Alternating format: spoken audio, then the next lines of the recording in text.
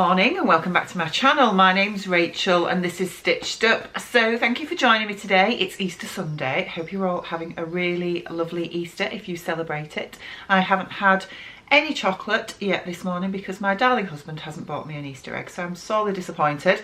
However, that's not why I'm here today. I am here to talk to you about my March makes, and boy did I get a lot made up in March. So without further ado, I'm going to get straight into it because otherwise this vlog is going to take forever to film, edit, upload, and then for you guys to watch.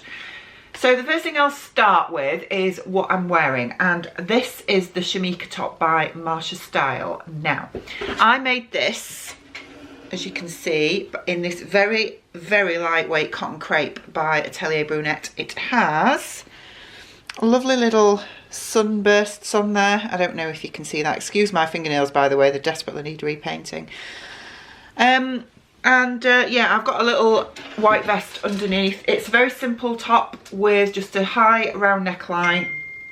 It has elastic in the sleeves here and then a centre back seam. I don't know if you can see that. And that's about it really. You can make it in a top or a dress version. And what can I say about it? I'm going to be completely honest. I don't like this pattern. I don't think it's a great pattern. I don't think it's drafted very well. I raised up the armholes by an enormous amount because the original armholes come right down here. And in the instructions, it may be just me, but the length that it gives you for the elastic doesn't fit the length of the armhole that is drafted. And I was scratching my head a few times over that, to be honest, and I thought that it was a little bit odd.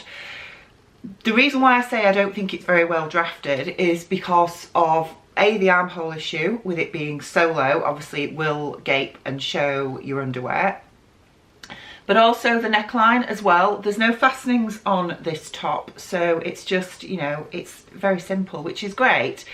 But because the actual neckline hole is really small, which means that I struggle to get this on over my head without any fastening in the back. And yeah, I can just get it on and off, but it is a bit of a struggle. So I don't think that's been very well thought out, if I'm perfectly honest. It's just my opinion. You guys might love it, and you know, that's fine. It is a very simple top. It's very reminiscent of the Norma blouse by, I think it's the Norma blouse by Fibre Mood, which I've made before. And I actually prefer that because I just think it's much better drafted. So, I mean, all in all, it's a nice little top that I can wear, you know, in summer. It's going to be nice and breezy, just with a little cami underneath like I've got now. And I will wear it, but I'm not gonna make that pattern again. I'm certainly not gonna make the dress version. Yeah, it's just left me a bit meh. You know, as I say, it's nice enough and it's a simple, easy breezy top, but I had to, as I say, I had to modify the armholes. And what I've done this morning is just getting this top on. I've ended up with loads of makeup around the neckline edge because you really have to pull it over your head to get it on, which is not ideal, is it? Let's face it. So things don't always work out, and as I say, it is just my opinion, my own personal opinion, and I don't love it. So that's that. Okay, so moving on. Apart from this, I planned a number of things in March. I think I planned about 10 things altogether, and out of everything that I planned to make, there was only one thing that I didn't make, and that was the Aura dress by Paper Cut Patterns, which came out last month. Just didn't get round to it. I got swayed by a couple of other bits and pieces that were going on in March. There was a couple of other challenges, the Frugal Frocks challenge and the So Yellow for Endo challenge, which I took part in as well. I don't normally take part in challenges, to be honest, because I like to do my own thing, but on this occasion I really went for it. So so that swayed me a little bit as well. And if you watched my vlog that I put up yesterday, it might, I don't think it'll be yesterday when I get this vlog up, but Frugal Frocks challenge reveal vlog, I showed two dresses in that. One was the Mood Society poppy dress and the other was the Lisa dress by Pattern Easy. I talked more about both those dresses in that vlog, so I'm just going to quickly gloss over them. But out of the two dresses, I absolutely love the Lisa dress by Pattern Easy. March led me into looking at Russian patterns, and there are some amazing patterns out there. They are extremely reasonably priced. We're talking between sort of 50p and a couple of quid to purchase the PDF, and the designs are fantastic. Some of them are a little bit not quite my taste, I would say, but there's a number of them that have got some really interesting details, which I love. I love anything that's a little bit different, and just gives you something a little bit more unique. So yeah, March ended up going down the Russian pattern rabbit hole for me, and I made a couple of dresses actually. Well, actually I made 3 things from Russian patterns. I made the Vicki dress by Vicki Sews, which, let me just get it and I'll show you. So this is the Vicki dress by Vicki Sews, and it's a bit difficult for you to see the details here, so I will insert a picture of the pattern. This is a free pattern, so fits the Frugal Frocks Challenge theme, and the fabric I got from Rainbow Fabrics. So this is a beautiful viscose that I bought last month, and it's really soft, it's lovely, perfect for this dress. So this dress is a semi-loose fit dress with princess seams in the bodice, and within the princess seams you insert a ruffle. I don't know if you can just see that there, which comes all the way down to the waist, all the way over the shoulder, and then goes over the shoulder all the way down the back to the back waist as well, because it's got princess seams in the back bodice as well. It also has a little ruffle in the sleeve as well. The sleeve is in 2 parts. You've got the upper sleeve bit that goes into the sleeve head there, and then the lower sleeve, which gathers into a little elastic cuff, and you've got this little ruffle there as well. Now I doubled up on the ruffles because I wanted to, well, the inside of this fabric is obviously sort of very different to the outside, and I didn't want that to show when the wind catches the ruffles, so I doubled up on the ruffles and sewed them right sides together, turned them the right way out, pressed them, and then inserted them. And that means that whenever the wind catches these ruffles, you just see the cell fabric, not the underside of the fabric, which is great. And it also means that there's none of that horrible narrow hemming that you have to do, because that can be a bit of a pain as well. So love the sleeves on these, and the skirt is just gathered into the waist seam of the dress. It comes down to just hitting me just literally just above my knee, which is fine, because the beauty about these patterns is that you can buy them in the height range that you are. Now I am 5'10", which is about 178, 180, something like that. And Vicki Sews patterns, I think I got the 170 above, if that makes sense, which is just amazing. It's fantastic because I always have to lengthen every pattern, and that means lengthening every pattern piece of every pattern, because my arms are long, so I always have to lengthen sleeves. My torso is always 1 inch longer than most commercial patterns, and then obviously legs or skirts I have to lengthen as well. And with this, it was a free pattern. I thought, I'm not going to lengthen anything, I'm just going to sew it up as is, and it's perfect, which is just amazing. So that's really, really nice not to have to alter any patterns.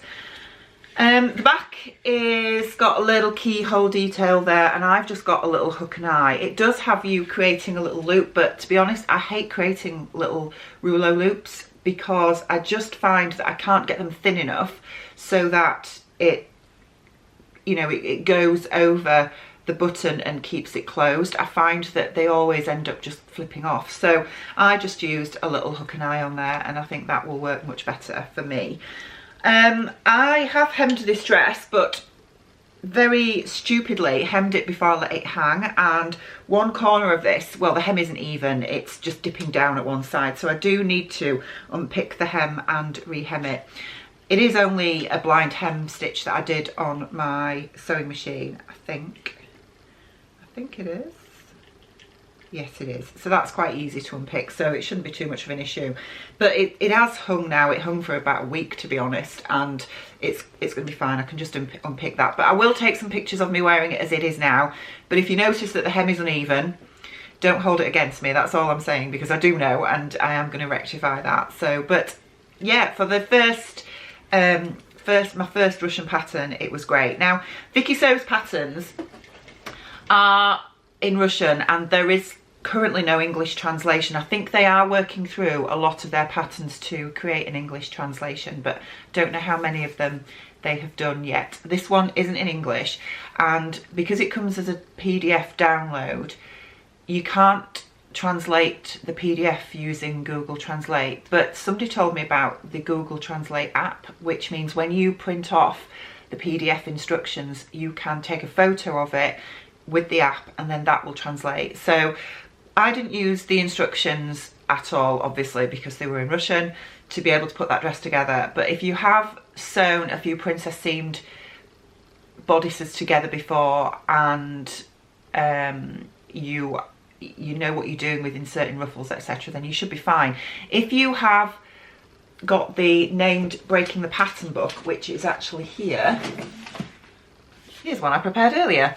If you've got this book and you have made the, I've just got to quickly find it and then I'll tell you, this one, the Sarast shirt, dress and top, I've made that before. Or even if you haven't made it, if you've got this book, then the instructions for one of the views of this top, because there's different views that you can make, it's this one here.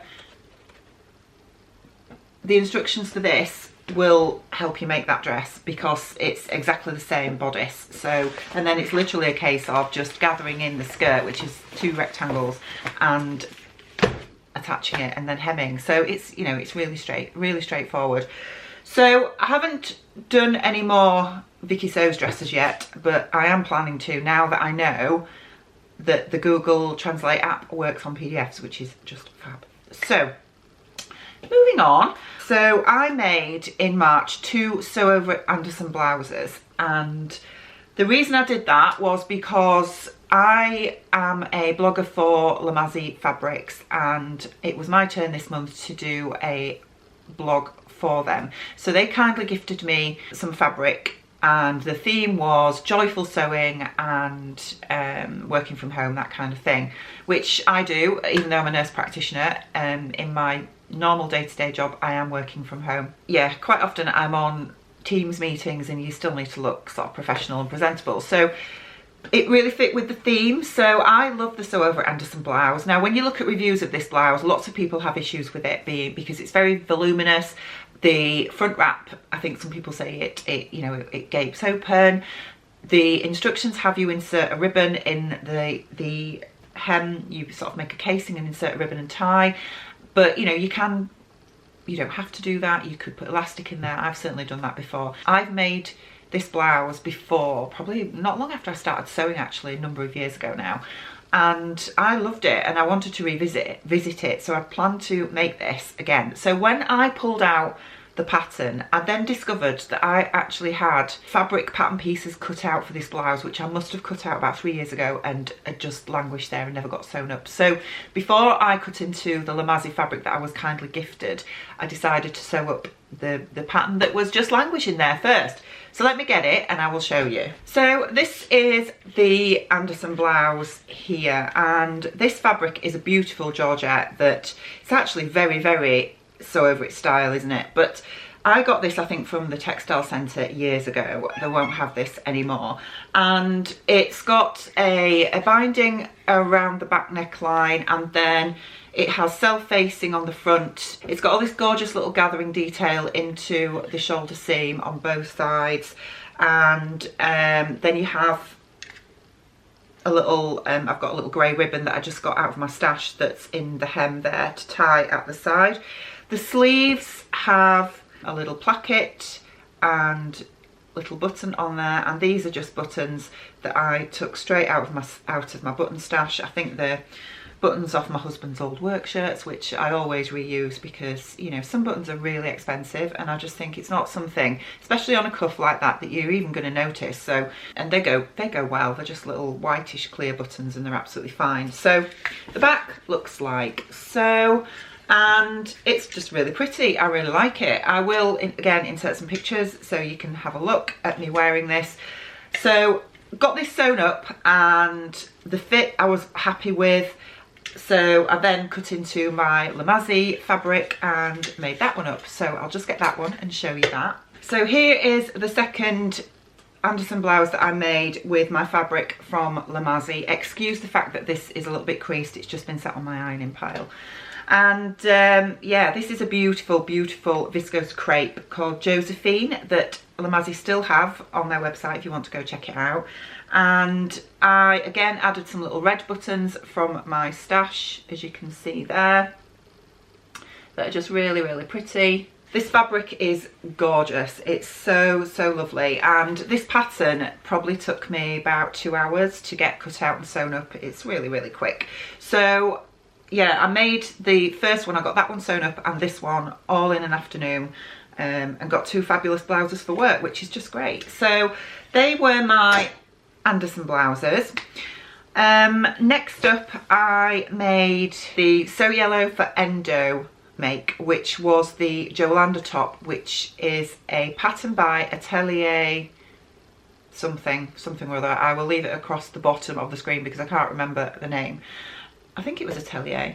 I could be completely wrong on that, but anyway, I will leave it down below, a link to where you can get the pattern, and I will also put it at the bottom of the screen. But essentially the Makerist have they're a bit like, I don't know what they are actually, but they have loads of patterns on their website that are mostly PDFs, and every so often they do a $2 sale, which they were doing over this weekend. And I was looking on there at what the choices were in their $2 sale, and the Jolanda top, or it might be Yolanda, was in there, and I really liked it. So I bought that pattern for $2, and I've got some gorgeous yellow yarn dyed gingham in my stash, which I decided to make that top up with. So let me get it and I'll show you. So this is the Yolanda or Jolanda, or however you want to call it, top here. Now this has been ironed and it's been sat on my dressing table ready to go away, and there was a couple of things on top of it, so it's got creases in it again.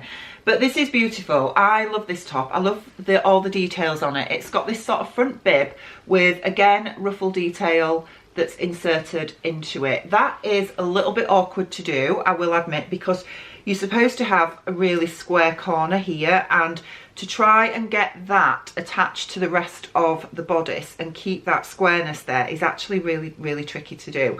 So I didn't do too bad a job. There's no puckers there or anything, and you know, it looks fine.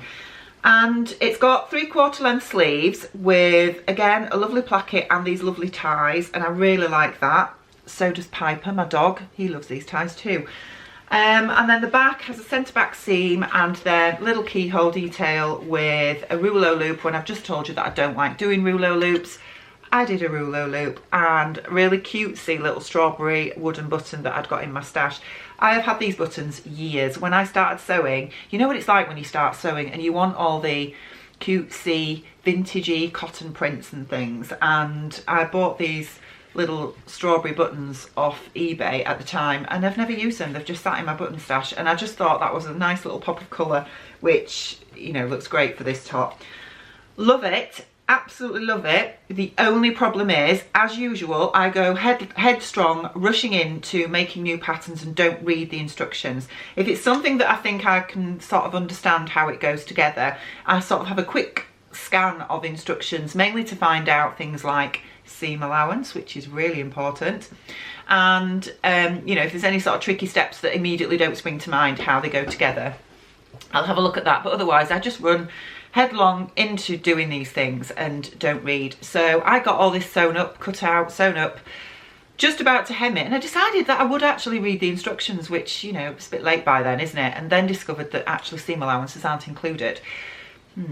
So yeah, that was a bit of a concern. I had only used a centimetre seam allowance anyway, because I tend to do that with French patterns. This is a French pattern, because I think generally that's the standard that they seem to use in Europe. And fortunately it fits. It's a little bit tight just across the upper back, and I think if I'd have added the seam allowance onto the fabric when I'd have cut the pattern pieces out, it would have been fine, but I didn't, did I? So the other thing that it's got, which is quite nice as well, which I haven't told you about, is in the back bodice, it's got little pleats just on the back shoulder going into the shoulder seam, which is really good because it means that it just pulls in the back bodice. I know lots of people complain about when they make garments that the back neckline can sometimes stand off your body. I have that issue, and I used to have that issue a lot when I first started sewing. So patterns like this that just have that little dart there that just pulls in the top of the bodice, because you know, some of us are, I mean, I'm quite bony in my upper chest anyway, but we do curve there, and flat pieces of fabric on the back of the shoulder in a woven fabric like this, for instance, is going to stand off. So it does need to taper in a little bit. So those kind of details I think are really great. But yeah, that's the Jolanda top. Next up is the Breton dress that I said I was going to make, which is McCall's M7531. Had to look at my notes then. So this was a pattern that I got free with a magazine. So again, it fits the Frugal Frocks theme, doesn't it? And I bought the fabric last month, I think, or it might have been at the end of February, from Discovery Knitting. Been after some Breton fabric for a long time, some really good quality, very sticking to the actual what Breton is supposed to be. Just a minute, because I just need to see what Piper's doing. He's making a lot of noise, and that's okay. He's playing with my shopping bag. The McCall's M7531. So what I wanted was that really lovely French inspired bateau neckline, elbow length sleeves, fitted t-shirt style dress, midi length. And I felt that this pattern would fit the bill in that gorgeous fabric that I got from Discovery Knitting. So here she is, finished, and I adore this dress. It's beautiful. So here it is. Again, excuse the creases because this has been folded up on a pile ready to show you. So the neckline essentially is literally just folded over and stitched. Now, I wouldn't ordinarily recommend that, dependent on the type of fabric that you're using for this pattern, because this fabric is really high quality and has very good recovery, so I can get away with that. But if you're using something lighter weight and something that doesn't have perfect recovery, I would really advise against folding over a neckline in jersey and stitching down, which is what this pattern tells you to do. I would instead put either a neckband on there or at least stay tape or something just to really stabilise that neckline, because otherwise when you stitch it, I think you'll end up with a wavy neck edge.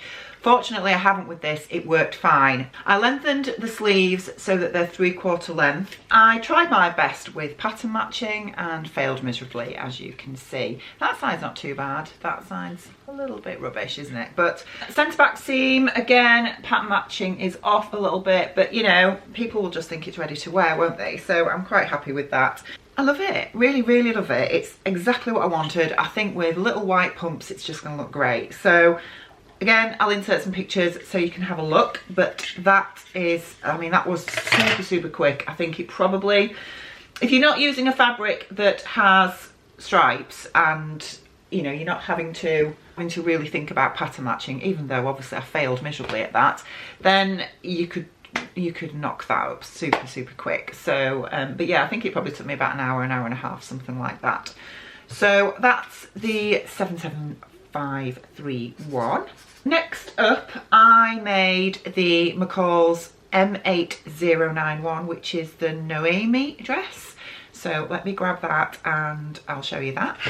So this is a gorgeous, gorgeous summer dress, and I've wanted to make this since I lost all my weight last year, and I've picked out that gorgeous sateen fabric that I bought from the textile centre that I think I showed you in my plans vlog, and finally got this made up. Now, there are a lot of pattern pieces to this dress because, again, it is a princess seamed bodice, and it has a waist seam, it has pockets, it has a button placket and button stand, and then it has like a sort of yoke detail and straps as well. So there are a lot of pattern pieces to this, but the beauty about that is that it just allows you lots of opportunity for adjusting the pattern, because this is a fitted dress and obviously they do take a little bit more fitting than non-fitted dresses.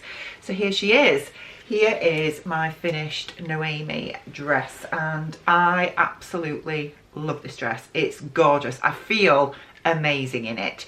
Sizing wise, I think I made a size 12. I think I went with a size 12 because that's what and I went by the finished measurements, not by the pattern measurements. And I think I went with a 12 and graded to a 14 at the hip. The hip fits fine, but the bodice was too big and really I needed to go down to a 10. So what I ended up having to do was I had to basically from underneath the facing, because this has a facing inside, it's not fully lined, I needed to basically take in about a good inch from each side to bring it in under the arms because it was just too loose on the upper bodice, and right down to the waist because the waist was too big as well. So once I did that and then blended it to nothing back to the side seam of the skirt part where it hits the full hip, it was absolutely perfect. So I just need to make those pattern adjustments on the pattern and then obviously I can make that again.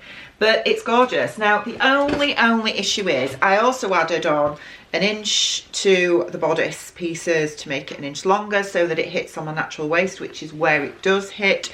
And I added on a good couple of inches to the bottom hem as well, but I wanted this sort of not full midi length, but you know, between, you know, that longer bit just between, I would say where your full calf is, if that makes sense. That's where I wanted it, and it actually only comes to just below my knee, which I don't really like that length because I just find it, yeah, I like it, I prefer it a bit longer, more midi length, and I wanted this midi length and I had enough fabric and I wish that it was a bit longer, but you know, it's not the end of the world, is it?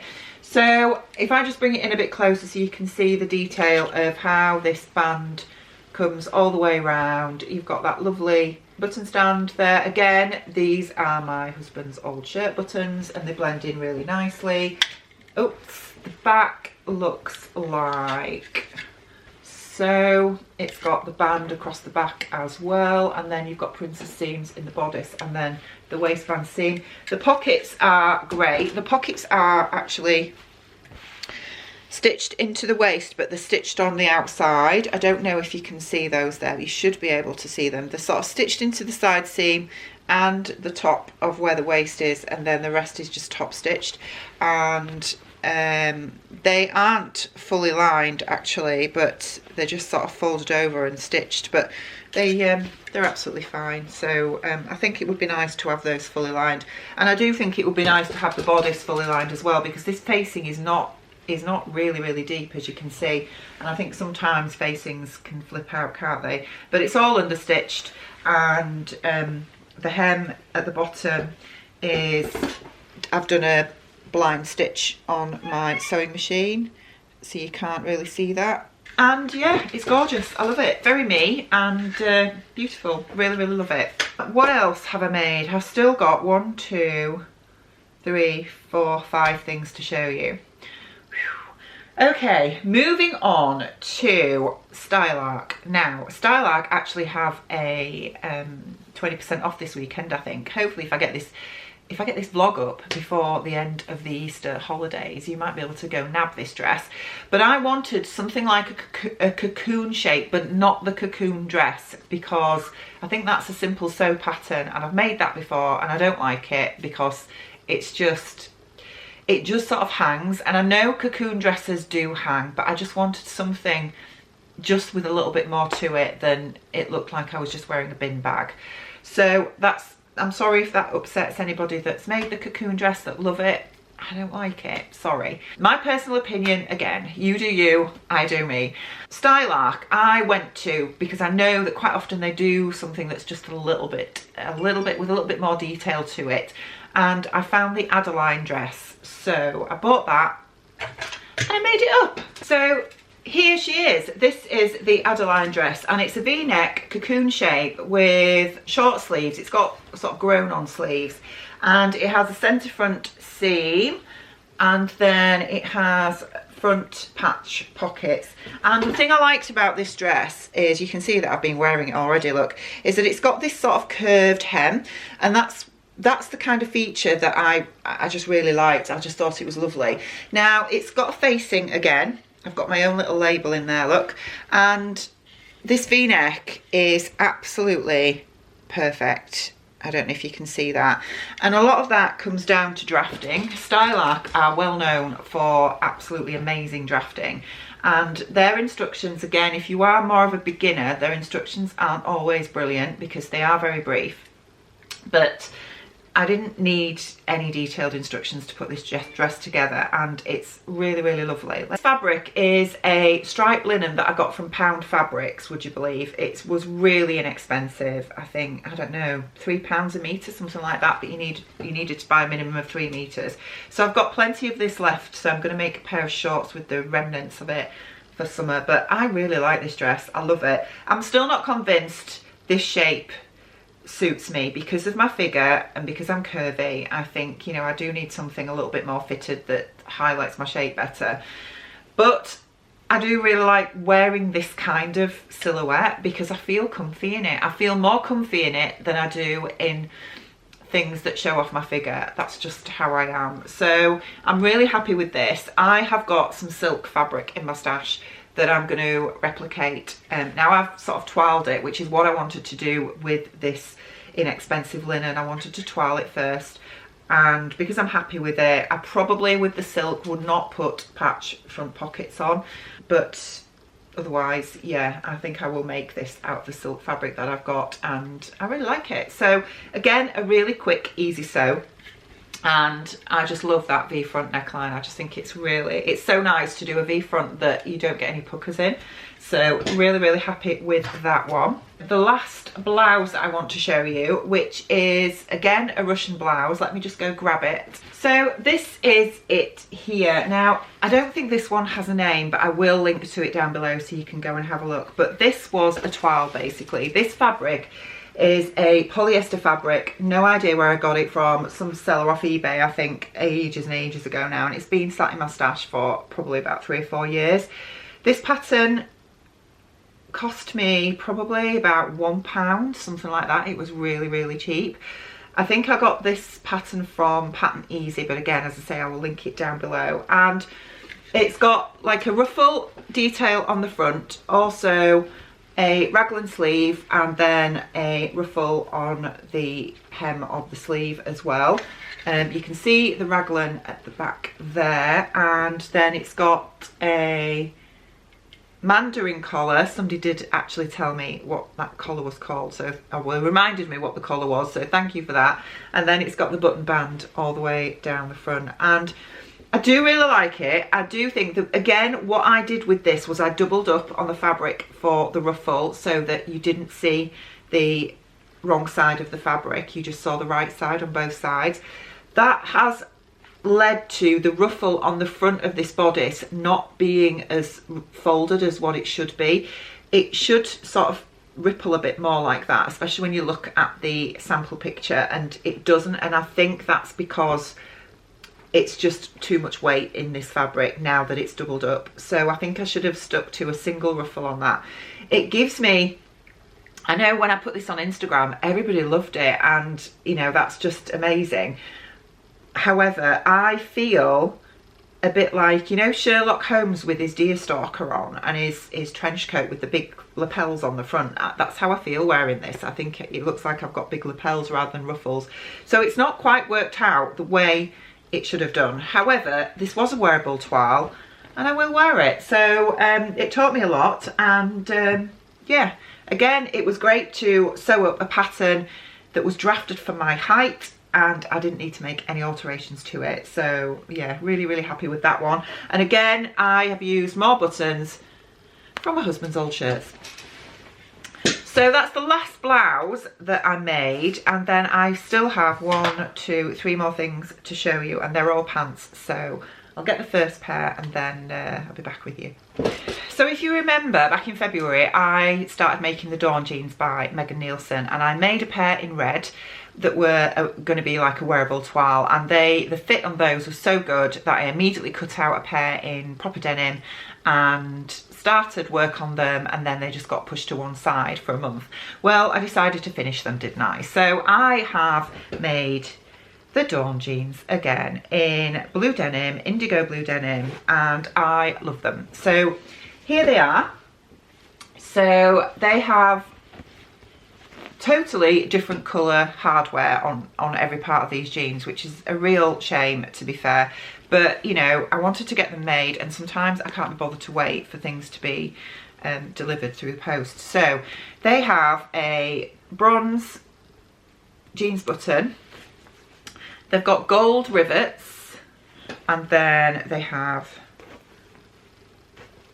a silver zip, which is just ridiculous, isn't it? But whatever.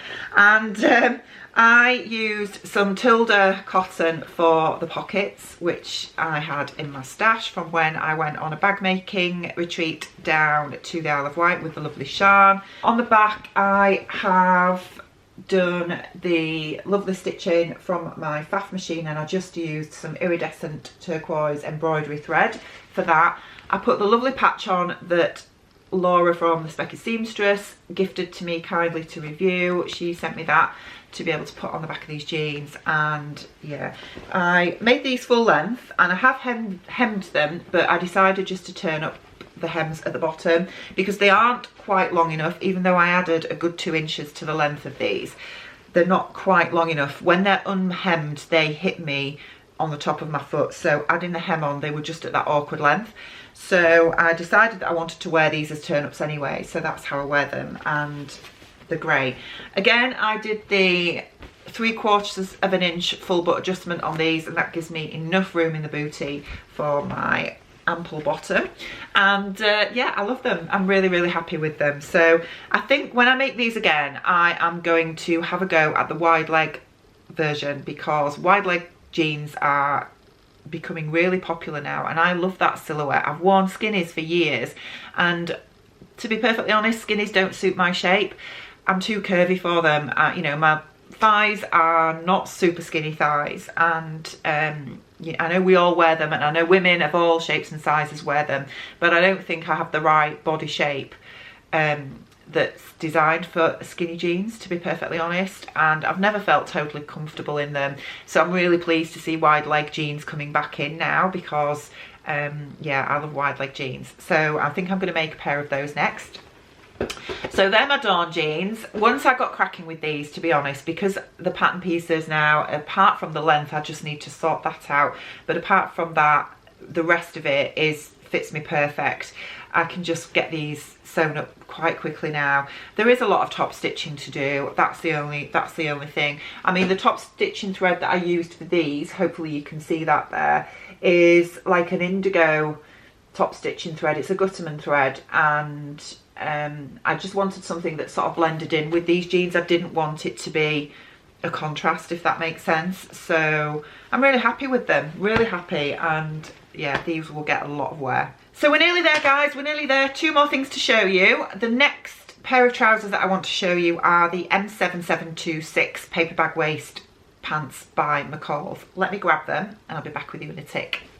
Right, so I have made these trousers before about 4 years ago, and I knew that I would have to retrace the pattern, so which is a bit of a big ask, because these are quite an involved make. They have a really unique construction for the pocket, which the instructions are good, but can leave you, you know, if you're not completely sure what you're doing, you may have difficulty with a couple of the steps there. All I would say is follow the instructions on the pocket construction very carefully, and if you do that, it will work fine. I did need to recut the pattern, and I ended up having to go down to a size 8 on the waist for them to fit me, and it fits great. This version, I made the tapered leg because they do a wide leg and they do a tapered leg, and the actual pleats around the waist are different on both those versions as well. So This version, because I made the tapered leg, meant I had loads and loads of pleating to do and top stitching of pleats to do at the end of the process when the pants were fully made, which is a little bit time consuming actually. But I made these out of some black linen, and because black is so difficult to photograph, I've just put a mustard belt on so you can see. But essentially what you've got there, I think you can see there with the light shining, you've got the paper bag waist, which comes really up to your high waist, and it folds over inside, so that the waist part of these trousers is really long, and then you fold it over so it creates the waist facing, if that makes sense. And then the pockets, if I show you the pockets, I mean, they just look like normal pockets from here, but they're really, really deep, which is just lovely. And again, they fold up into the facing, and the instructions, as I say, are really good, but you do need to follow them to the letter. They've got some pleats that go into the waistline, and then they're top stitched down right up into the paper bag, which I just think gives a really professional finish. It looks great. But the zip comes right up to the waist, so I've just got a, you know, it is a fly front. They've got like belt carriers all the way round, as you can see, and then they go down into the tapered leg, which is ankle length, ankle grazer length, and you know, you could make them a bit longer if you wanted to. I did add length to these anyway, but they're still ankle grazer length on me. I love these trousers, absolutely love them. And I know the black's boring, isn't it? It's boring to look at on, you know, on a sewing vlog, because you all want the pretties, don't you? But you know, we all need black trousers. These are covered in bits of fluff at the minute. Look, there's fluff all over them because I just wear them loads. And you know, that's the thing about things like this, isn't it? That when you sew something like this that fits you perfectly, and it's like a classic that you're going to wear all the time, isn't it? Rather than all the pretty dresses that you need to be, you know, doing the right thing for, or it needs to be the right weather or whatever. Things like this you wear every day. So I'm wearing these every day at the minute because I love them, and I'm probably going to make myself another pair. Probably the wide leg ones. I've made those before, but now I've done the tapered ones, I think I will make another pair of the wide legs. But so pleased to get these done up again, and I'm not going to leave it another 4 years before I make another pair. Finally, the last thing that I made in March was the Mood Society Asta pants. So I think the Frugal Frocks challenge, I don't know if it did for you, but for me, it just sent me, you know, looking through all these different pattern companies that have loads of free patterns out there, not just for frocks though, but for, you know, separates as well. And I know that didn't fit with the theme, but you know, once I'm down that rabbit hole, it's like, ooh. And I loved the Asta pants by Mood when I saw the pictures, because they look like a skirt, but obviously they're trousers. Really, really super wide leg trousers with lovely pleats into the waist, a proper waistband, and pockets as well. So I decided that I was going to make those. Now, based on my experience with making the poppy dress by Mood, which there wasn't a lot of ease in that waistband and across the hips as well, you know, it made me think Mood patterns don't have a lot of ease in them.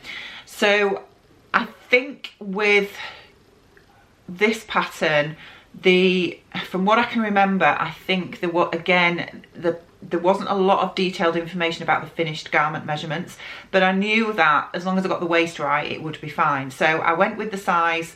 My waist is sort of 27, between 27 and 28, depending on how much I'm eating at the minute.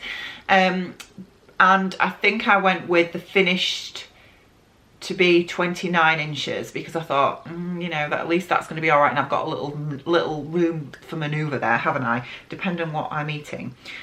So I made these trousers, and I made them out of the Wild Botanics by Lady McElroy. So thank you to the viewer that told me when I was showing this fabric in my plans vlog, and I said, I don't know where I got this fabric from. Somebody reminded me that I bought it from Sherwood's back in December, I think it was.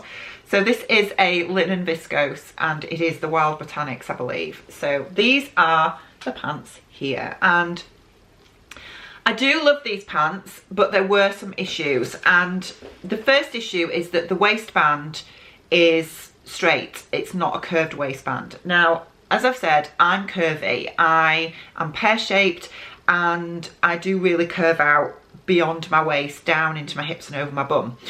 And I need a curved waistband. Straight waistbands, because of the curve of my bottom, I do need a curved waistband. So that was the first issue with these trousers. However, I went with it, you know, and I did the waistband. Now, the other issue is that, again, the fly construction, you don't get a lot of information, as I've said before, with mood patterns when it comes to instructions. And the fly construction instructions were just really strange. They were nothing like anything that I've ever known before, to be honest. And I have constructed flies in various different ways. And this fly is not brilliant, but to be honest, it works. And, you know, this fabric is fairly lightweight. They are fitted trousers, so, you know, it works. I used a black button from my stash. For once, that is not one of my husband's old shirts. And they have these lovely side seam pockets. If I stand up, I can sort of show you them. Lovely side seam pockets here. They've got really nice pleats that go up into the waistband at the front, and then at the back they have pleats as well, a couple of pleats as well at the back. And then they have these super wide legs on them, which, you know, look great when you're swishing about because they look like a skirt.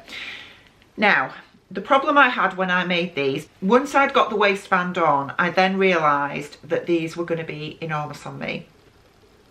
And I was right. So I don't know what happened. I was very careful with making sure when I printed out the PDF that the test square was right. So I know that the sizing was right. I went with the sizing that it suggested for my body measurements. However, these hung off me. They were enormous. I ended up, what I had to do was unpick the waist seam, and I had to take in about 2 inches. So I folded the back seam and I sewed again 2 inches from that seam right down grading to nothing at the inseam. And then I took the side seams in by 1 inch on either side as well. So I took 4 inches off these finished trousers to get them to fit me, and even then this waist is still too big. So what that's meant now is that the pockets are actually not directly on the side, they're actually just a little bit at the back, because I just had to take so much off them. It was just ridiculous. So I honestly don't know where I went wrong with that. Maybe I just took the wrong size, but I did go by the sizing that it suggested on the website, which is a real shame because I really love these trousers. And yes, I can still wear them, and I mean, they don't have any belt carriers on. I could go back in there and make some belt carriers and just stitch those on and wear them with belts. But you know, it's just such a shame because they are such a lovely pattern, and I would have loved to have made more of these, but I really am going to have to go back and mess about with that pattern to, you know, to try and sort of bring it in. Either that or cut a smaller size. I think probably that would just be easier, wouldn't it? But you know, to take off 5 inches is a lot, because even, I mean, how many sizes would I have to go down for that? I don't know, and I don't know if it's worth messing with, because there are so many other patterns out there, aren't they? But they're finished, I can wear them, and I do love them. As I say, the waist is still a bit too big, but it's fine, it's absolutely fine. Okay, so that's it. All in all, I made 1, 2, 3, 4, 5, 6, 7, 8, 9, 10, 11, 12, 13. I made 13 things in March, and yeah, that's a lot, isn't it? So, but I am really pleased with, on the whole, with almost everything that I made. And yeah, didn't get the aura dress done by Paper Cut Patterns, but I did get a few other bits and pieces in there. So let me know what your favourites are out of everything I've made. And a couple of people have mentioned my hair as well, so you can probably see that it's gone a lot lighter. It's sort of like a silvery white colour at the minute, and that's because I think a few vlogs ago, back in December, I think I mentioned that I wanted to go this light, this sort of colour, and my hairdresser had said you have to do it gradually, because I'd had my extensions taken out and I'd had this sort of balayage look with my extensions. So I had to sort of go blonder very gradually. Now, we've been on lockdown in the UK since the beginning of January, so I missed obviously going to the hairdressers, and I've ended up having to do this myself.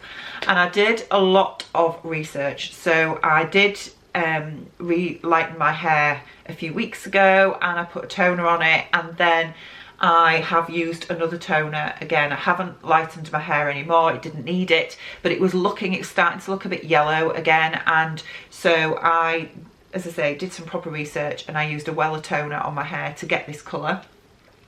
And I'm really happy with it. Now, when it was wet, it did look a muddy lilac, and I was a bit worried because I thought, I don't want lilac hair. But dried, it looks great. Now, the only thing is, it's not perfect, and I want it to look a little bit more iridescent rather than it just being a flat. It looks a bit flat at the minute for me.